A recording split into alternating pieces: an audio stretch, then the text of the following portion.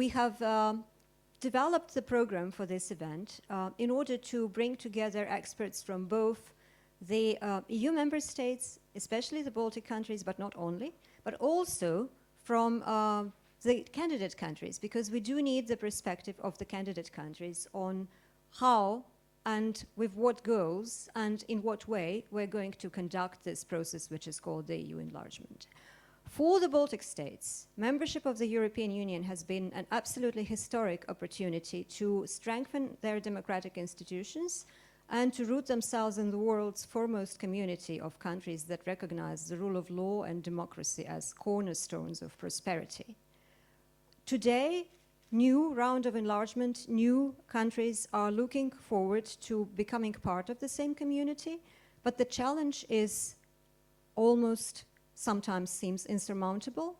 There is fierce contestation of countries that are now the candidate countries by authoritarian actors, including first and foremost by Russia. There is a desire to keep them in a sphere of influence or to return them to the sphere of influence. And one of the candidate countries, Ukraine, is actually fighting a war on its territory in order not to be simply subsumed in a sphere of influence.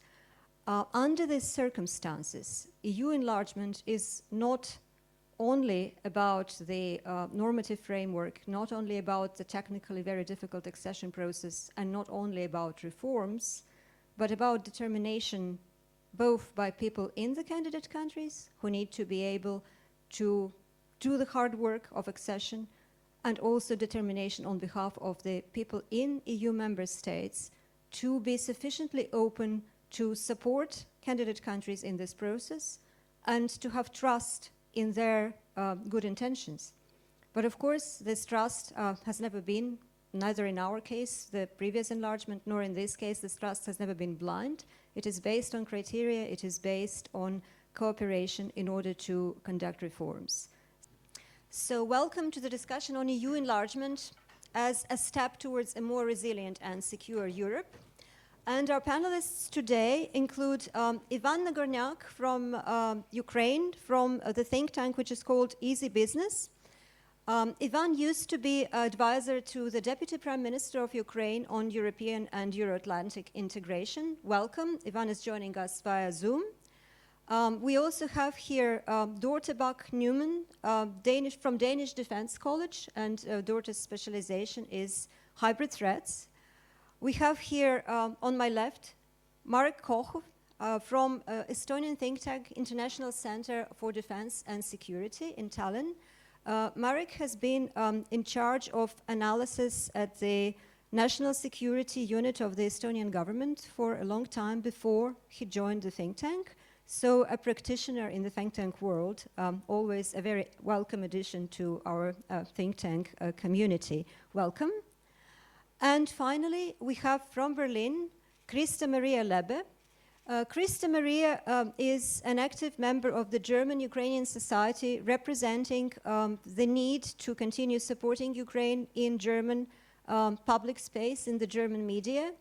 And she has stepped in at the last moment because her colleague Jessica Berlin was unfortunately unavailable to join us because of health reasons. But Krista-Marija has had a very exciting turn in her career. She used to work in public relations and marketing, and then when the war in Ukraine began, she became a fierce advocate for Ukraine in Germany. Welcome to our discussion. So we will have to keep within the timing, which is 1 hour, and to do that, I would expect the panelists to have a brief intervention of up to 7 minutes, and after that, I will open the floor for discussion. Ivan, the floor is yours. Yes, do you hear me? We do. Okay, great. First of all, I would like to thank for the invitation and for giving me an opportunity to give some more like key perspective on the enlargement policy. We, of course, before 2022, we were like more on the neighborhood policy and everything related to the implication of the so-called wider Europe concept. The Ukraine as the neighborhood policy country, we didn't have like real perspective of enlargement. And every time when we were trying to even, input some wording about our European aspirations into the bilateral summit or EU-Ukraine Association Council joint statement, it was very hard because the council had position over this, and especially after Dutch referendum, the situation was very hard. But of course, 2022, following the tragedy of starting of the full-scale war invasion, was a breakthrough point, I would say, and it became like a real player, both in geopolitical but also economical life of Ukraine, and also economical resilience of Ukraine. First of all, if I would talk with European expert like in 2021, and I would say that the European Peace Facility would be one of the key instruments that will finance the Ukraine resilience over the full-scale war invasion of Russia, no one would ever believe me. And right now we see completely different situation. The instruments that were on the table, they were used very properly, and I would say that EU showed like a real flexibility over the using all of the instruments that it had in 2022. Right now, the situation over the enlargement policy is changing. We see that the decisions in the council are getting more and more harder to impose. And I would say that right now we are facing the situation when we are waiting for the review of the enlargement policy, because there are a lot of talks that the unanimity has to be like over the opening and the closing of the accession negotiations, that some of the decisions could be more flexible, that we have to do with some of the countries that are opposing the decision making process, and for example opening of the first cluster between the EU and Ukraine. My point of view here would be that first of all, the EU is changing, of course. We are waiting for the Commission's proposals related to the enlargement policy review. The document that was published last year in March wasn't ambitious, to be honest. And of course, first of all, following the decision-making process over the course. Secondly, over the security, I would say that we are approaching to the moment when the EU is changing its policy towards its own security and defense policy. We really welcomed the white paper and all of the instruments under the building of the more strengthened and strengthening of the CSDP. That's why Ukraine is planning to play like a big role there, of course, as following our experience, but also as there are instruments like EU Safe, where we could like participate in the building of the joint EU defense industry. And the last point is the economical resilience. I would say that the EU imposed they started the Ukraine facility with the 50 billion program of supporting Ukraine's economy.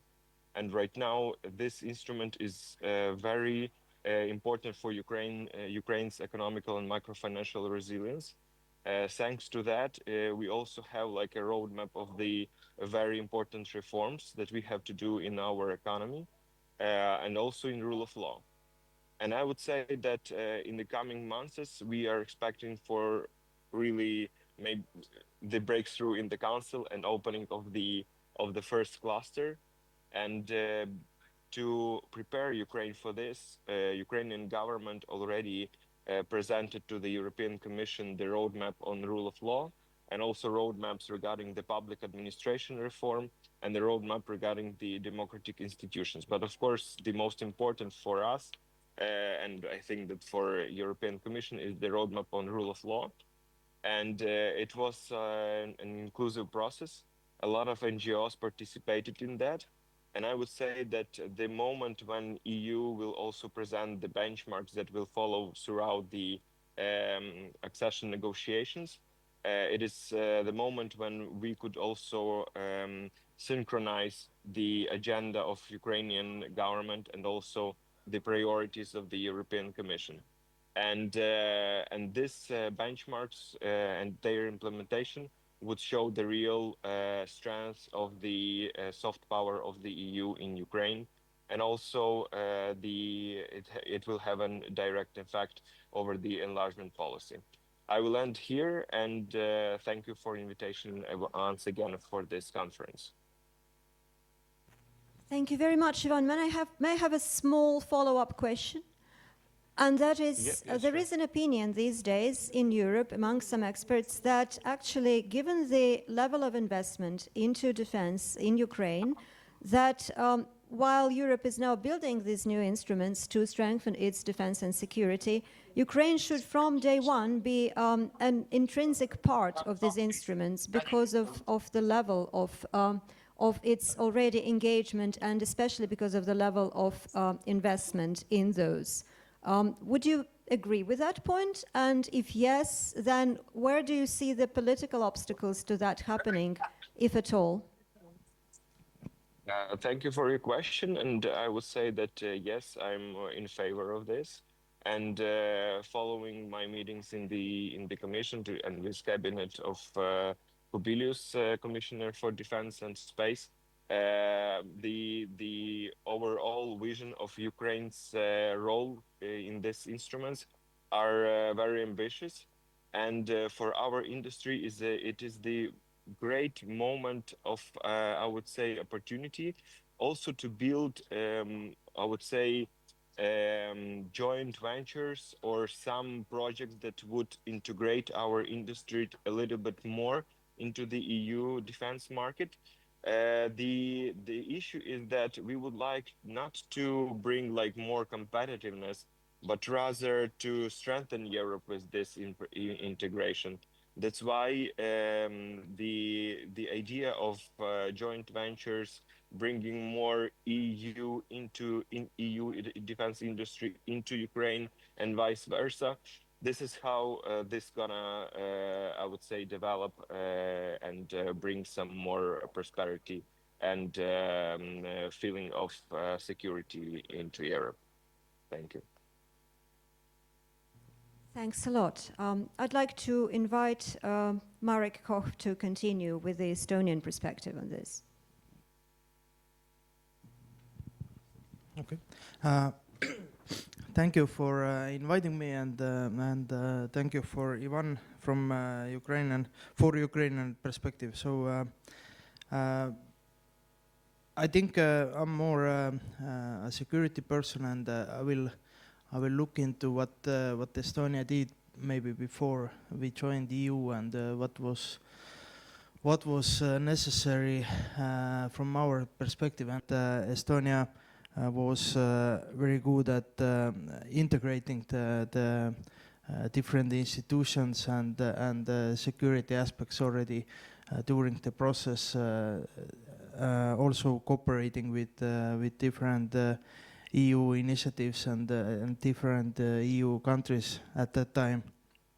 And also this is something that was maybe not so relevant back then, but now it's more and more relevant, is how to be more secure on the countering of hybrid threats. And in this way we can also say that this information landscape is highly important. Firstly, to counter disinformation, what we are facing now, but we already faced this. All three Baltic states faced this from Russia, actually, from the beginning of 90s when we regained our independence, and actually we are experienced this throughout those years, and I think in a way becoming kind of immune, but nevertheless, because of our historic background, we have to consider that we have this specific population inside our countries who are maybe more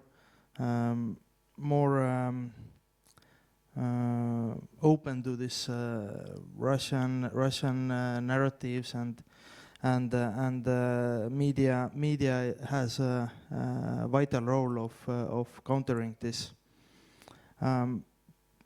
I also think that, but this is the topic of next panels, but infrastructural and economic security is very important, and we can discuss a little bit more about reducing corruption, which is closely related to economical success, but also organized crime and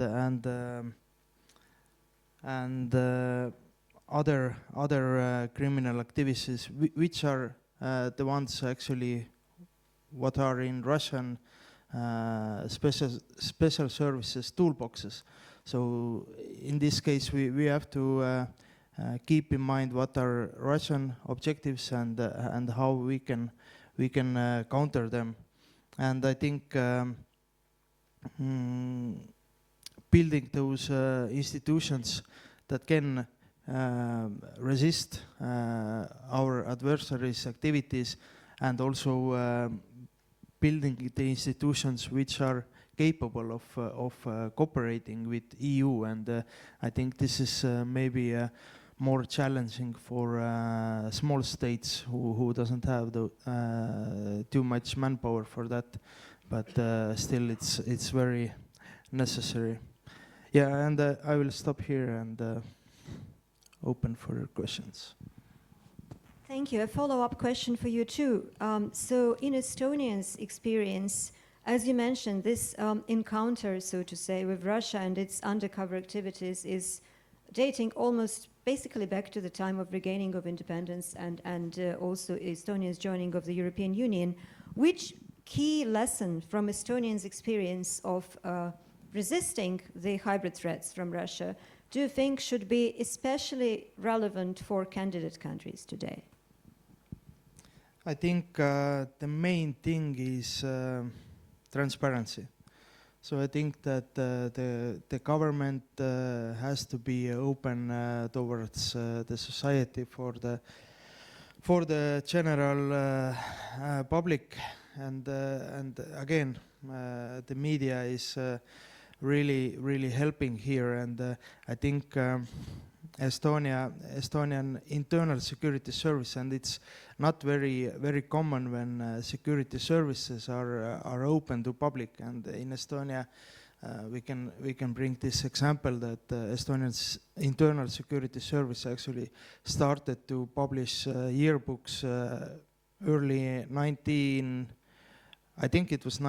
the first yearbook. So if I'm not mistaken, this was the first time when intelligence service, and the first time in the world when intelligence service actually publicly published something about Russian activities inside our country, and by doing so, I see that this is working in two ways. First, it's a kind of resilience building to show to the public that there are institutions and there are consequences if you are operating with Russia, and this also works as a kind of deterrence for the general public, for the people who maybe are thinking or having idea to cooperate with Russian operatives in the future.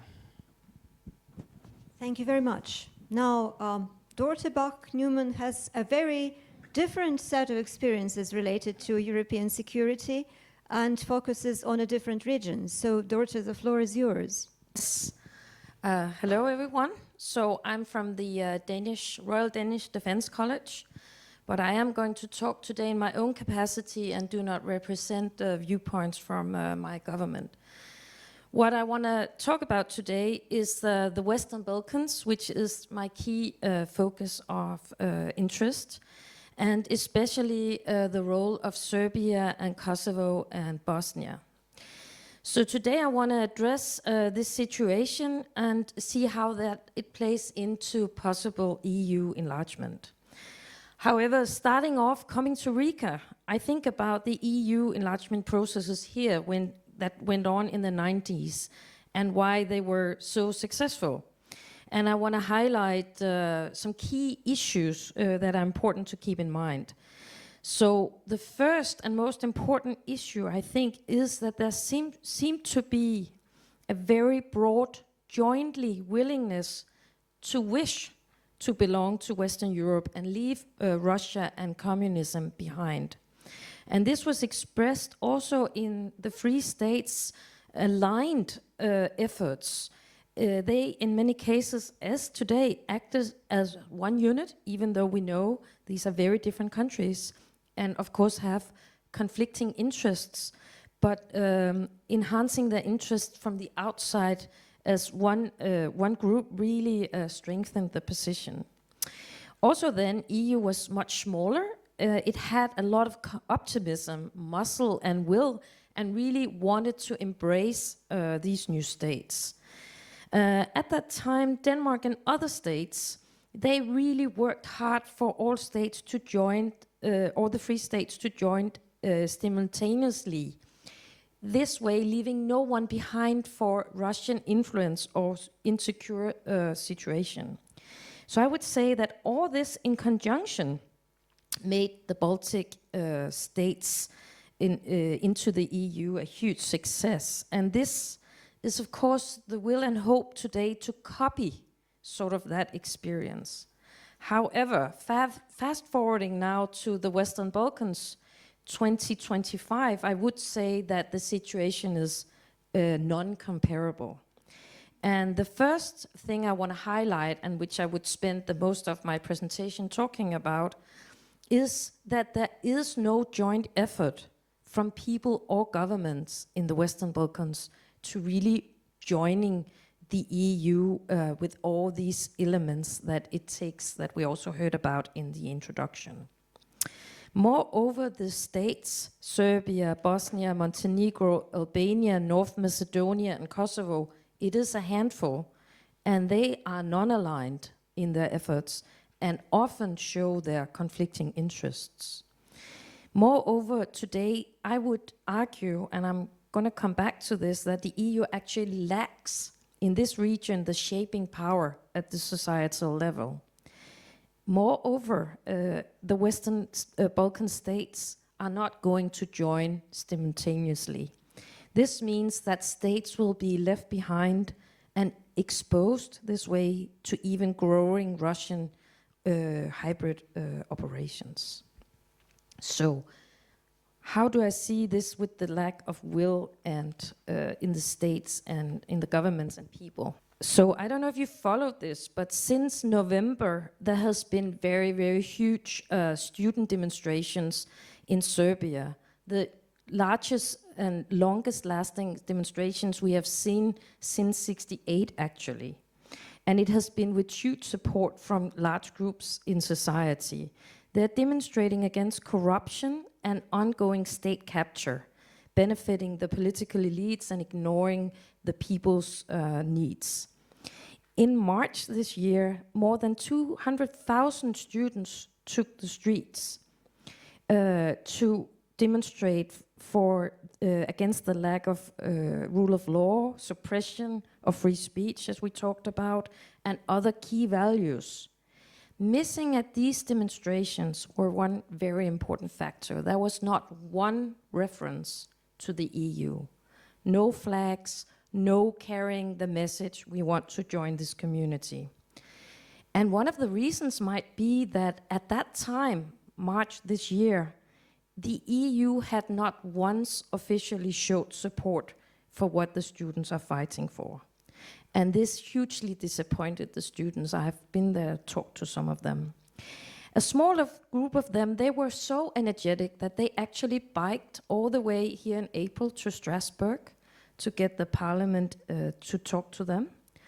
And the EU Parliament greeted them with sympathy and, possible greetings, positive greetings, but no political support has been offered. Now, the morale of this story is that the expectations of the EU's will to fight for its values in the Western Balkans are very low among the young. And this means that they will look elsewhere for support. So now we go to the different level and try to look at what about the governments. I want to try to evaluate the shaping power of EU towards the Western Balkan candidate countries by looking at the direct negotiations at this point. So since 2011, the EU has facilitated the Belgrade-Pristina dialogue, trying to have a comprehensive normalization program of the situation, the relationship between Serbia and Kosovo. I would say that this dialogue is a cornerstone in bringing stability and prosperity to Western Balkans. It could open up for EU membership, and it would heavily reduce Russian influence possibilities. So now what have we seen? Well, agreements have been made and breached. The parties have met and left again. Years in, years out, EU representatives have come and gone with both carrot and stick. However, the bottom line is that the EU has been unable to shape the policies in Serbia and Kosovo. The local actors have played the EU, made deals with other states, and so even if the EU has the largest wallet, and it certainly has, and it is the most significant economic donor and trading partner, the power to shape policies are surprisingly low.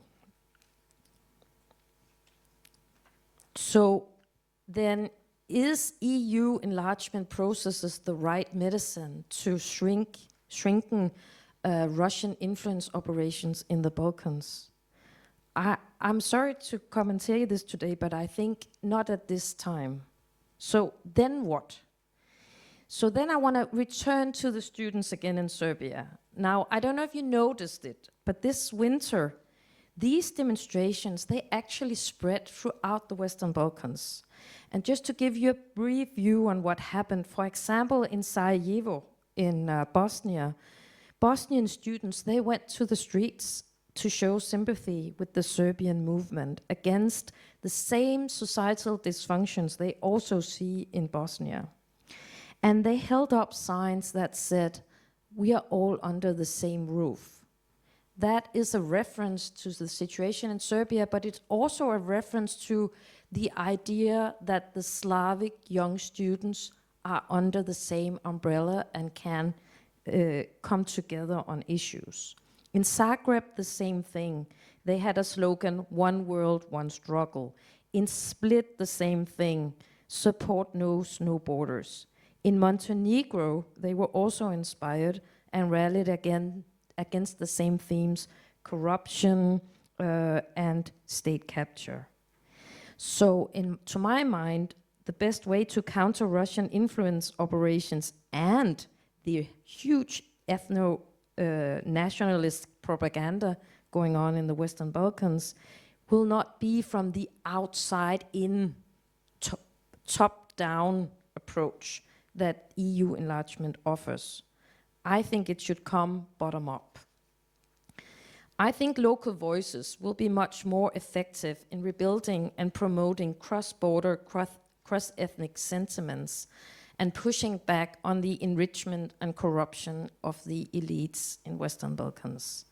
Moreover, you want to ask yourself, does these same elites want to negotiate reforms with the EU that will actually strengthen their own power? It's not, it doesn't seem possible. So therefore, the local community to me is key. And actually, when I think back about what were preconditions here in the Baltic states, how did this success story take off?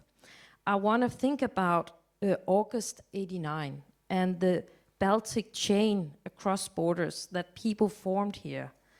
To me, that is sort of the first step that the people from below showed we actually want something different and we want to connect across borders. And this is what made the success story also here in the Baltic states. So I'll end with that. Thank you. That is a very tough perspective on what the EU can and cannot do regarding facilitating the Western Balkan countries through European integration.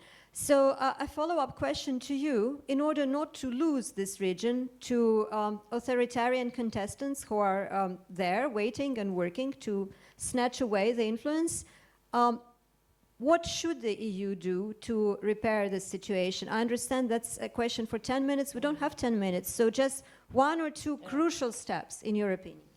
So I want to add to the story about the students, because they not only biked their way to Strasbourg.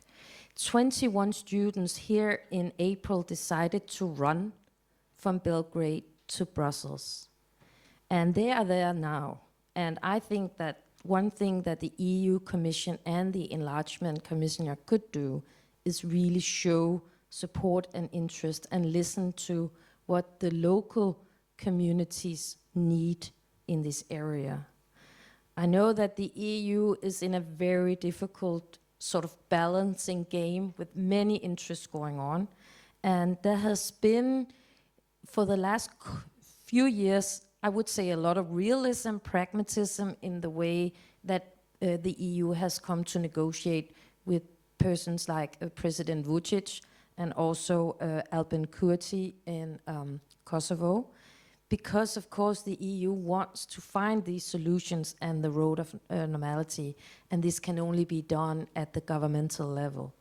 But I think that they should try much harder to get the sentiment of the young people that wish for something different today. So that would be my key takeaway. And then, as was mentioned both in your presentation and in the start, so supporting free media has never been more important. Now we know the US has closed down on, for example, Radio Free Europe, which is a very, very important channel for information. This could be a way for EU to step in and support initiatives that engages with the free media in these countries. Indeed. I think actually the EU has promised to fund Radio Free Europe, so that's some good news. Thank you very much. Please stay. We'll still have a discussion, but now I think it's time to let Krista-Marija Läbe from the German Ukrainian Society to give her perspective on how can we strengthen the EU and candidate countries by helping Ukraine. Yeah, thank you for having me. It's an honor to fill in for Jessica Berlin. I hope you hear me all well. I want to give a perspective also on how the new German government is looking at the EU enlargement and what Germany and the new chancellor are maybe also ready to do, and also how the German public opinion looks like in terms of EU enlargement. So far in the recent years, Germany's stance on EU enlargement has been rather rhetorical than action-oriented. And in the latest government coalition agreement of the new government, the EU enlargement is mentioned now in two new contexts. On the one hand, the agreement acknowledges that enlargement is in the mutual interest of both Germany and the candidate states. So they mention Western Balkan, Ukraine, Moldova, and Germany signals continued support in the coalition agreement. But on the other hand, it conditions enlargement on reform, on EU reform, specifically the abolition of anonymity voting in the Council. And however, the coalition agreement is vague on how Germany intends to drive these reforms forward, and the issue has not been meaningfully debated by the government or in the public discourse. This is also due to the fact that in the recent weeks, the so-called peace negotiations have been in the forefront of the public discussion on Ukraine, and we hope that EU enlargement will play a bigger role in the next coming weeks and months. In practical terms, stating that the enlargement can only occur after EU reform without outlining a roadmap amounts to a de facto no to enlargement during the current legislative term.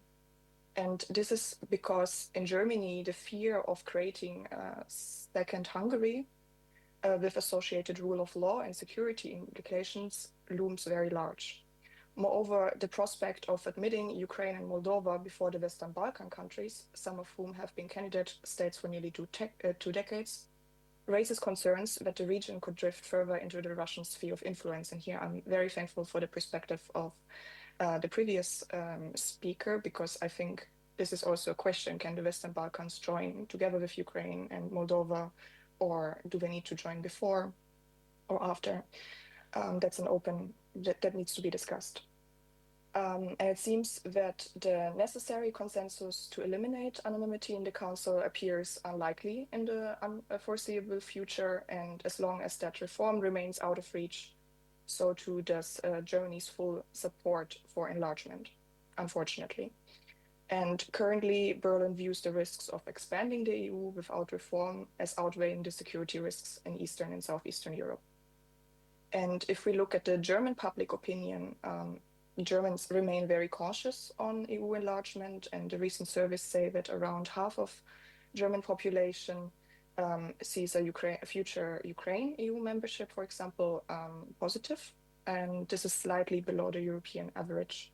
And it's similar to when we look at the opinions on Ukraine's NATO membership, and this also shows that the German public is very deeply divided. We don't have current surveys on Moldova and on the Western Balkans, but I think we see a lot of skepticism in Germany on the enlargement. And historically, we know that the skepticism has always or often preceded past enlargements, and then only shifted after the members have joined. And this is why we need in Germany the political leadership channels public concerns into a constructive agenda and does not reinforce fears. And here we have seen that in the last month, unfortunately, Chancellor Merz has already stated that in the case of Ukraine, that Ukraine cannot join the EU or NATO while the war continues. And this position has been often criticized in the past because this risks incentivizing Russia to prolong the war indefinitely. And if Russia cannot defeat Ukraine militarily, it will probably attempt to destabilize it through uncertainty. And a Ukraine left in limbo is a security liability, not just for itself, but for the entire continent. And conversely, a strong and secure Ukraine makes the EU and Europe stronger. And this strategic logic is unfortunately still not fully understood in Germany. So what can Germany do, or what is Germany ready to do? On the one side, Germany is in favor of taking actions based on Article 7. So to say, for example, if there are EU's core values infringed in certain member states, like, for example, Hungary, that funds can be suspended, voting rights can be taken away. And here we see that Germany is supporting actively this procedure. We know that the hearing is next week, the first one in the European Council, and we hope that Germany actively supports that more pressure on Hungary, so Hungary is not stopping the negotiation process. That's the beginning of the negotiation process. And on the other side, Germany supports Ukraine, obviously, militarily, financially, with humanitarian aid, so that Ukraine has the capacity also for reforms. But there is also obviously more room to do even more and to show also not only support to Ukraine, but also, for example, to Moldova. And last but not least, I would say that speaking about the public opinion, we need a public opinion campaign to tackle fears of EU enlargement. You have mentioned, the previous speakers have mentioned free media, but we also need the government to communicate that there are not only risks, but what are the advantages to Germany, and in this case, that Moldova, Ukraine, and the Western Balkan countries join. And we don't see this clear and transparent and positive communications connected to EU enlargement.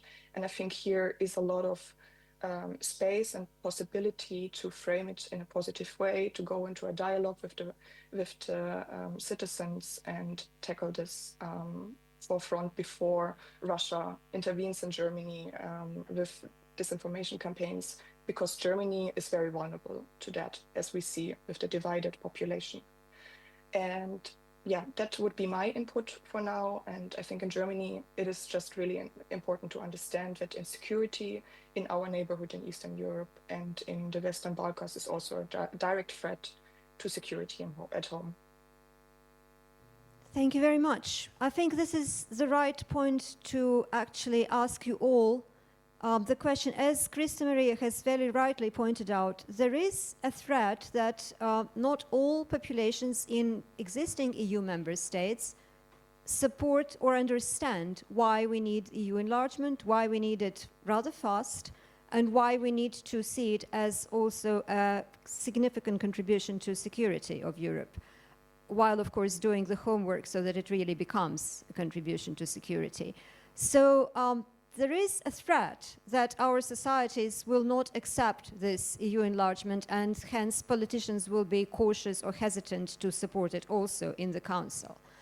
But then the question is, how can we make the society aware that there is a cost to non-enlargement? And actually I'd like to ask you, in terms of security, what is the cost of non-enlargement for the European Union under current geopolitical circumstances, with the risks to NATO from reluctance of the United States to support, with the risks coming from still very aggressive and not showing signs of de-escalation Russia?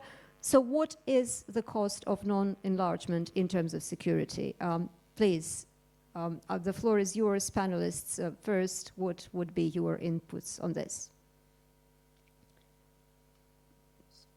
From my side, I would say that Russian destabilization efforts do not stop. We see them in Moldova. We see also that they spill over to EU member states, especially looking at the countries that neighbor Ukraine, with the interference in Romania in the elections.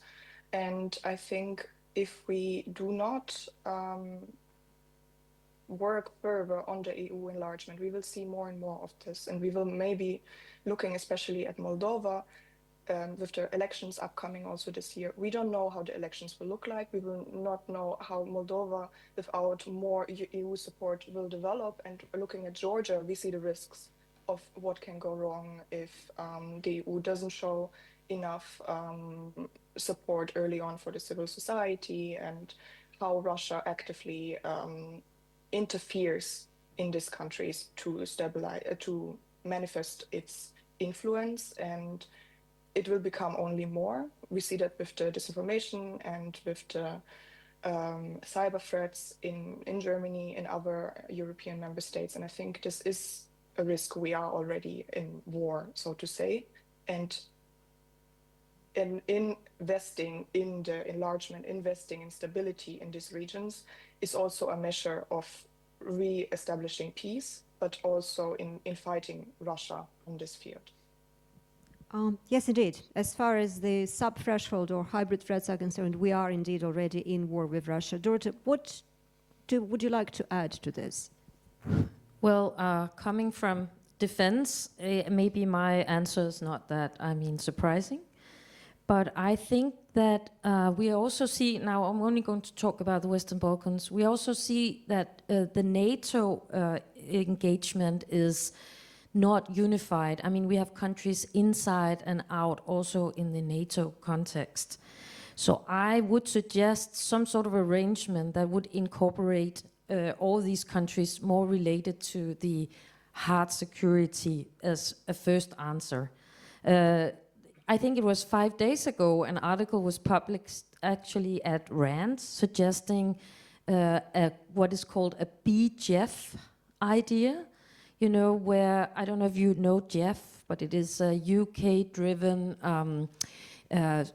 cooperation on security here in the Baltic states and other Scandinavian states in this community together. And the idea was that we could have sort of the same arrangement with the UK on one end, and then the different Baltic countries into one sort of bilateral small alliance where everyone would be present. Because the problem is, right now we see new alliances locally forming. So Croatia, Albania and Kosovo has just made agreements on deterrence agreements against Serbia, and Serbia has formed a small alliance with Hungary. So at this local level, a lot of things are going on that could really destabilize the more hard security situation. And here, maybe NATO as a complementary organization or another commitment like the BJF could be a solution. And then I think it would be realistic for the EU to go even further in their sort of partnership engagements, so that we keep on having economic help and cooperation with these states without being able to give them the full membership. Of course, this is already happening, but we could continue down that road. So I would suggest that we see the security in the Western Balkans in a little bit of a broader theme that only what the EU can offer. There will also be other parties with overlapping arrangements. Indeed, but I would still like to return to the question of the costs of non-enlargement in terms of security risks. Marek, can you give us a few thoughts on that? Yes, sorry, I think I will continue where Krista-Marija stopped, and I think we have to recognize or understand that Russia has not changed its imperialist goals, and Putin was the one who actually said that 20th century's biggest geopolitical tragedy was the collapse of Soviet Union. So I think in this enlargement round, all the possible member states are more or less in the reach of Russian ambitions. So I think in this way we have to see it as a competition who is filling the geopolitical vacuum if it presents itself. So and it was also mentioned that the narrative of all these Slavic nations are under one roof, and this is very important because as we see that Russian intelligence services are actually preferring to recruit from Slavic nations because there is a common language and also a common cultural background which makes this intelligence cooperation more easier. Also, I think it's important to communicate to our societies what are the costs, and one of the costs I see that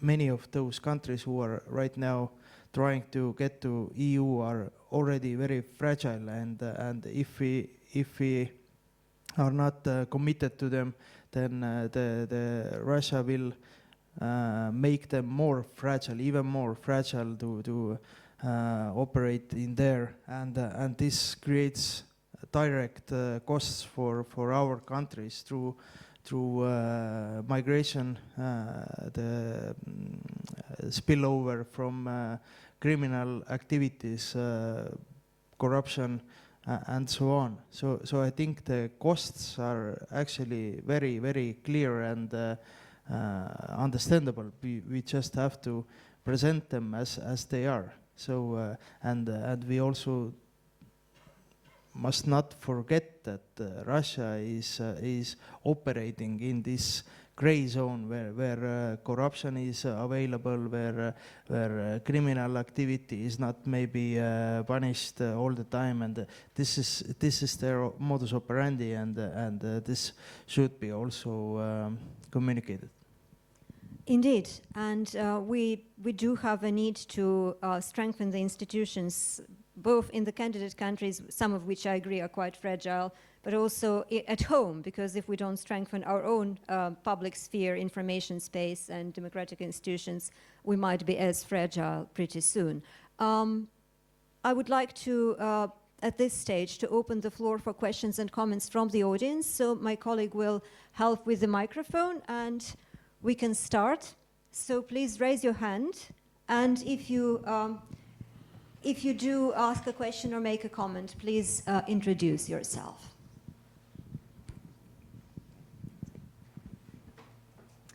Hello, my name is Rita Rudushev. Thank you very much for a very thought-provoking conversation. One country that was notably missing from this discussion is Georgia. Have we as Europeans given up on Georgia? Because in Georgia, unlike in the Western Balkans, people are wrapping themselves in the EU flags. We all have seen videos from demonstrations where young people are standing against water cannons with European flags. So where does Georgia fit in this context of resilient and secure Europe? Thank you. We can maybe take one more question so that the panelists can answer. Yes, please. Good morning. My name is Marek. I'm from Georgia. Thank you for your question. That's the same question I had, so thank you for your answer. A double question on Georgia, and we have one more question at the back. Thank you. Thank you for the opportunity to participate in this event. I am Lulzem. I am coming from Kosovo. Coming from Kosovo, I totally fully agree with Mrs.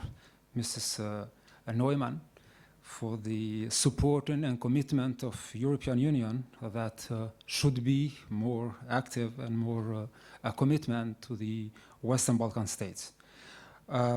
We all know that the dialogue has been ongoing for many years with limited results.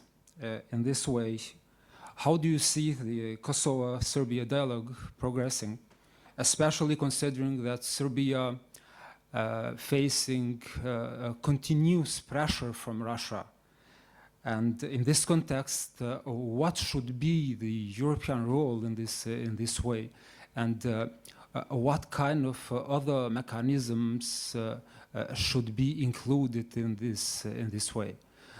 It's a long way, and it had been many years in this dialogue, and especially with 10 years ago, we see many challenges, many obstacles in this road, in this process. We see also many cases that Serbia has influenced in Kosovo's internal affairs.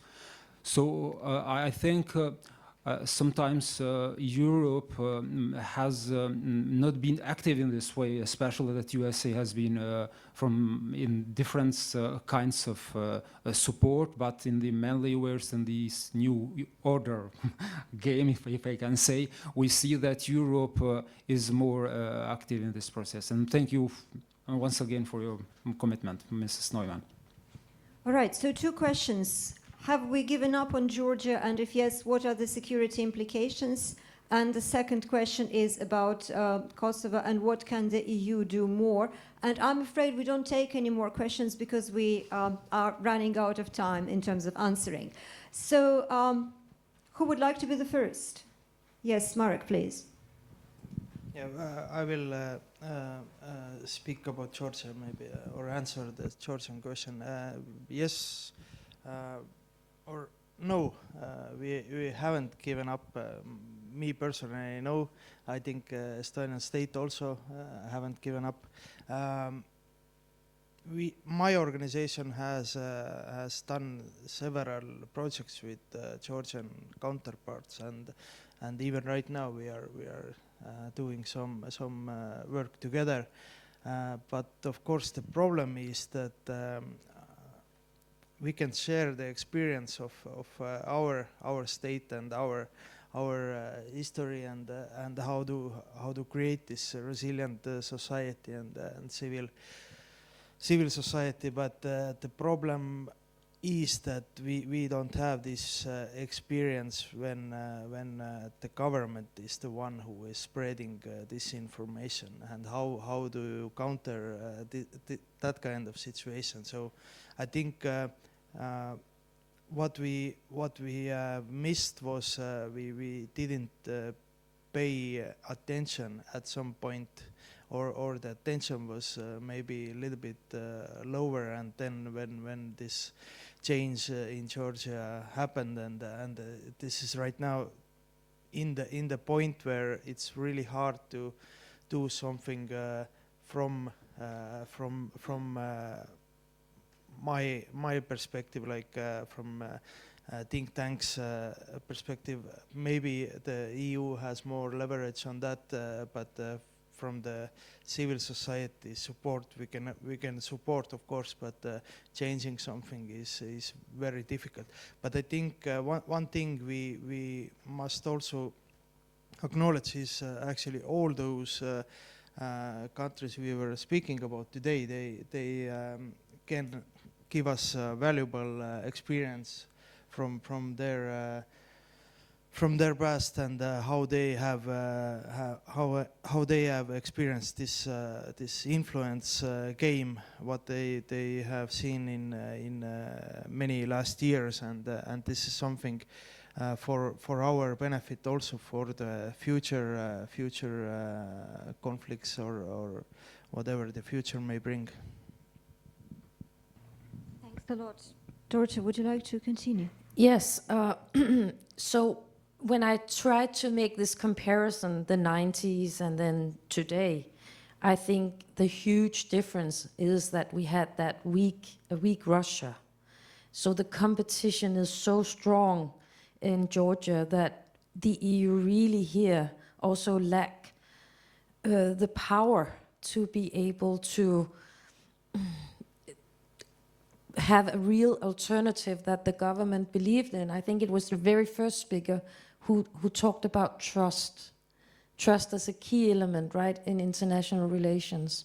So the government simply in Georgia, that is my interpretation, lacks the trust that the EU will come forward and will be able to secure, and also NATO, secure Georgia, and this is why they're leaning against Russia, and it's very difficult for us to do anything about that when they have made this choice. So coming back to Kosovo, I don't know if the audience is well aware of the many details, so it can become hugely complicated to discuss ways forward. But one thing I want to mention also in the comparison in the 90s here and early 2000s, and then what's going on in Kosovo today, is that the US and the EU had the same will back in the 90s of what were to happen with the Baltic states. So coming to the Western Balkan states, what we see today is that the EU and the US are actually competing on different solutions for the area, also for how we could solve the problems around Kosovo. And that makes it really difficult to have these discussions. And what we see are that the local actors, and I'm sorry, but I would say both in Kosovo and Serbia, so they play these institutions around. They play different actors that they are talking to instead of finding real solutions. So when we look at the Orange deal, for example, that was made in 2022, it was clear to me from the very beginning that there would not be a follow-up on these agreements that was made. And this is also why I'm concluding if it doesn't come from below, then it's not going to happen. And So the problem in Kosovo, the Kosovo region is, you know, what to do about the Serbian minority groups in the north. That's the main problem. There are other issues. That would be the main problem. And on this key issue, I don't think the EU and the US quite see eye to eye. And as long as they don't do this, having this push from the outside to really make the deals happen is lacking. So now it's a Danish representative right now that has this dialogue, Pristina-Belgrade dialogue, and I of course hope for his diplomatic skills. He has a long experience, but I do think that the EU and the US needs a common game plan to really put the pressure on the parties for them both to behave properly and not interfere in each other's spaces, and also afterwards to live up to the agreements that has actually been made and not find new ways for it to not happen. So in Serbia, the Vučić, the president, is on a huge pressure because of the student movement, and this will maybe, for him, having the conflict ongoing in Kosovo, not solving it, I think that would be good for him. So he's not going to be very easy to negotiate with at this time. Also, he has been able to find a lot of sympathy these years in the international community that he did not have before. And then on the other hand, Kosovo lacks a government to engage in negotiations, because after their elections in February, they have not been able to form one. So right at this moment, I'm not very positive about solutions, I'm sorry to say. Thank you. And I imagine Krista-Marija would also have something to add on these two questions.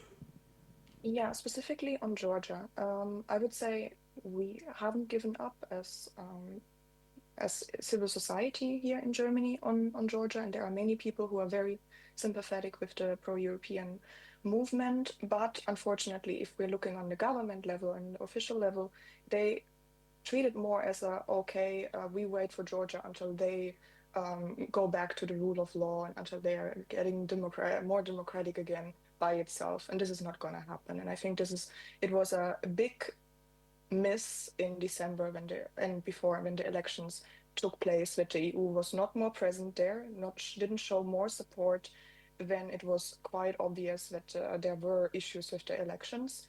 Orban was traveling to Tbilisi, but and I think some people, some representatives of the Baltic states showed support with the protesters. But from the EU level, I was missing this clear support for the protests. And when we talk with Georgian civil society, we see a big disappointment about that they didn't get more support. And the risk is that if the situation continues as it is in Georgia and the EU doesn't stay engaged, or Europe doesn't stay engaged with Georgia, that more and more people will also look more negatively at Europe's soft power and don't see it as an alternative to Russia, because they cannot trust it. They cannot rely that the European Union will help them if they try to become more democratic, or will try to have this positive, this democratic and free future. And I think we can also see that risk maybe in Armenia, who is relying in some fields very heavily on Russia, but does want to become more democratic and also possibly Western oriented. And we need to be more active here, because otherwise Russia will feel the vacuum, and will also support authoritarian, repressive governments and regimes. And hence, I think it is our duty to support the democratic, free civil society, and everyone should stay engaged and think also, how can we support the diaspora? How can we support the organizations there, so the topic doesn't disappear? Georgia doesn't disappear from the discourse. Thank you very much. So to sum up, we do have a situation where the EU has not been so very present and so very assertive in a number of cases when candidate countries are fragile and when they are contested by authoritarian actors. We have seen this in Georgia. We have seen this in the Western Balkans to a great extent, with the negotiations being dragged out, with a lack of political will to move forward, but also sometimes the lack of political will in the Western Balkan countries to implement reforms in earnest rather than talk about them. As we can see from the example of Georgia, even with a very pro-European population and with a lot of commitment in the civil service at many levels for many years, you can still have a situation when there is a U-turn and the government manages to steer the country away, not just from the path of European accession, but also basically from the Western space of rule of law and democracy. And I think that's a lesson, and that's a lesson for us all in the way that non-enlargement or dragging our feet on enlargement, not doing enough and not being assertive enough to make sure that the candidate countries actually do become part of our European space, has tremendous geopolitical consequences. So we do have those threats in very many candidate countries. Those threats are real, and the EU is not assertive enough in terms of making sure that it wants these countries to join the space of rule of law and democracy and to be able to protect rule of law and democracy in these countries. I think that's the lesson from this discussion. Thank you very much.